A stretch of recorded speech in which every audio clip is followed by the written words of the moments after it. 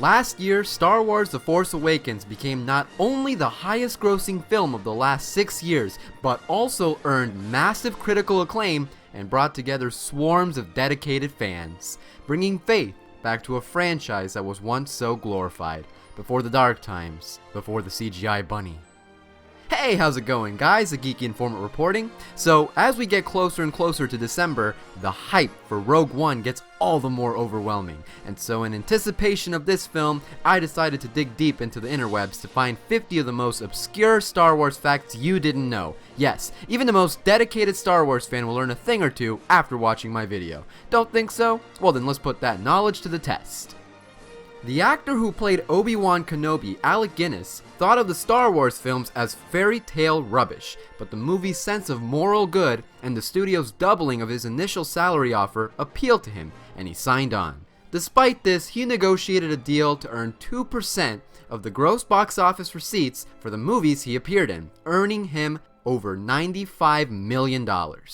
Dennis Lawson, who played Wedge Antilles, is Ewan McGregor's uncle. While shooting the scene in the trash compactor, Mark Hamill held his breath for so long that he burst a blood vessel in the side of his face. They had to adjust framing while shooting the rest of the scene to avoid showing the blemish. George Lucas originally wanted Orson Welles as the voice of Darth Vader, but dropped the idea when he thought Welles' famous baritone would be too recognizable. The original concept model of the Millennium Falcon was long and cylindrical, very unlike the flat design we know now.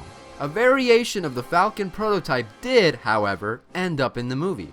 It's the Rebel blockade runner seen fleeing the Imperial Star Destroyer in the opening scene. Yoda was originally going to be played by a monkey carrying a cane and wearing a mask. The word Ewok is never said out loud in the Star Wars movies. Harrison Ford was paid only $10,000 for his performance in the original Star Wars movie. Peter Cushing, who played Grand Moff Tarkin, found his costume boots so uncomfortable that he wore slippers during many of his scenes, and insisted his feet just never be in the shots. At one point, Return of the Jedi was going to be called Revenge of the Jedi. I'm sure many of you already knew that, but stay with me. The producers of Star Trek II: The Wrath of Khan changed the name of their film from Revenge of Khan to avoid confusion between the two films.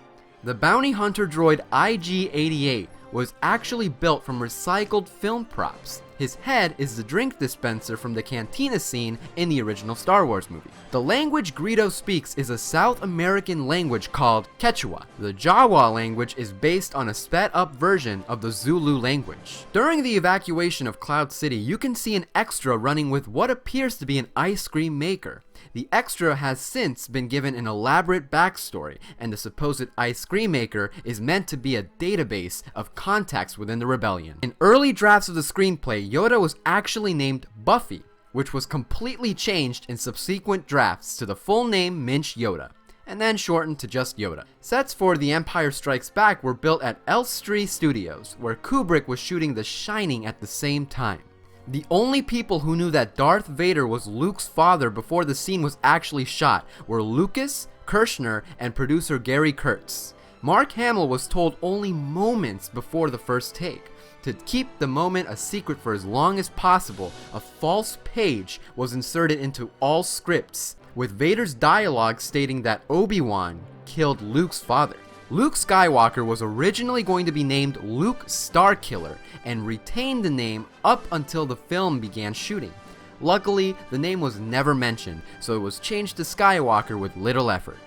Luke's lightsaber in Return of the Jedi was originally going to be blue to match the lightsaber he lost in the previous film, but George Lucas was worried that it would confuse audiences and thought a green lightsaber would look better, so he made the change. While filming Return of the Jedi, the code name for the project was Blue Harvest, which was supposed to be a horror movie with the tagline Horror Beyond Imagination. The cast actually seriously considered making Blue Harvest when a series of sandstorms halted filming for several days. 3 of the aliens seen on Jabba's barge in Return of the Jedi are named Klaatu, Barada, and Nikto. The names themselves are a reference to the words that must be spoken to shut down the robot in The Day the Earth Stood Still. Blue Harvest is a reference to the 1929 novel Red Harvest, which was the inspiration for the film Yojimbo, which itself was an inspiration for the Star Wars films. Episode 1, The Phantom Menace, was labeled as the dollhouse when shipped to theaters. Should have been labeled as the biggest steal of your money. Episode 2, Attack of the Clones, was labeled as Cue Ball when shipped to theaters, though it should have been labeled Less Jar Jar, More Emotionless Dialogue. Episode 3, Revenge of the Sith, was labeled as The Bridge when it shipped to theaters, but it should have been labeled the only decent Star Wars prequel. The communicator Qui-Gon Jinn uses is actually an altered Gillette Sensor XL woman's razor. Tupac Shakur auditioned for the role of Mace Windu. All eyes on me.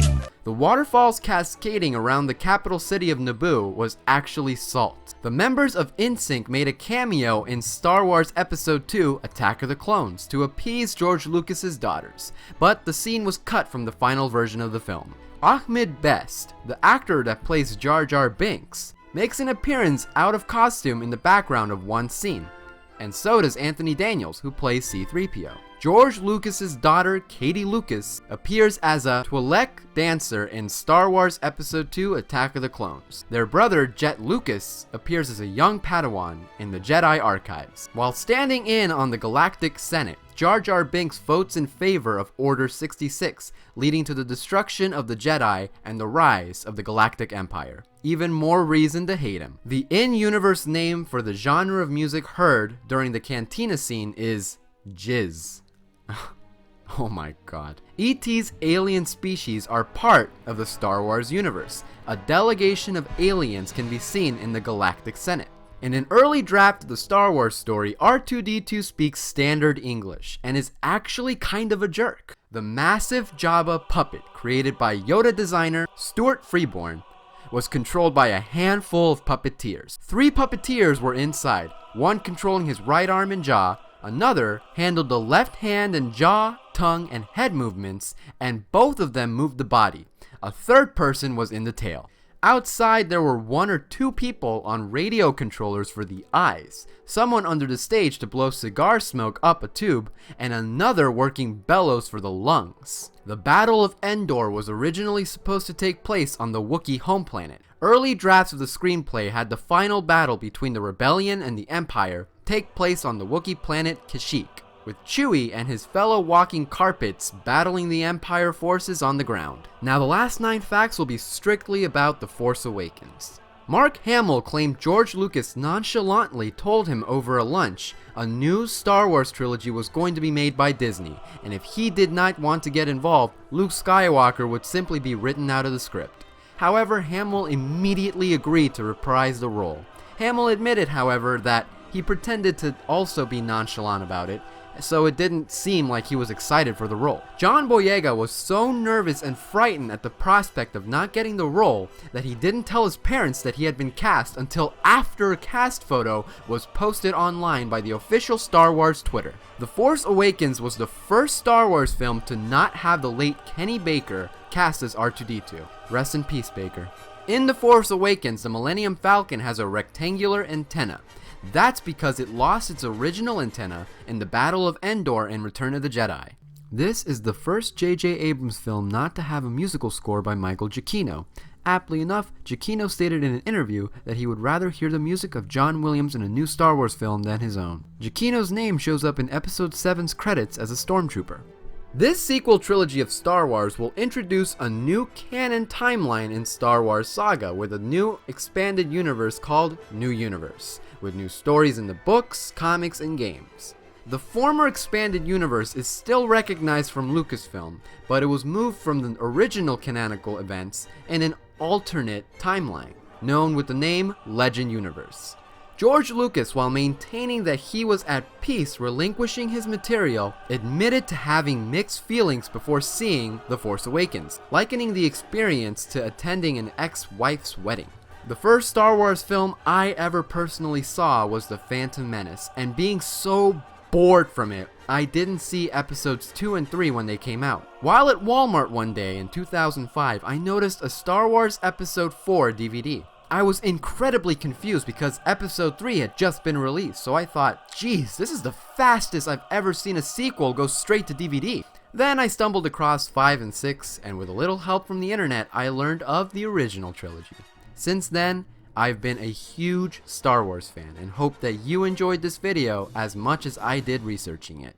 Thank you for watching this video. How many facts did you know? Oh, and also, if you have any suggestions for future 50 Facts videos, let me know in the comment section below. If you like this video and want more, please smack that like button and make sure to subscribe. I'll see you guys, as always, next week for another brand new video.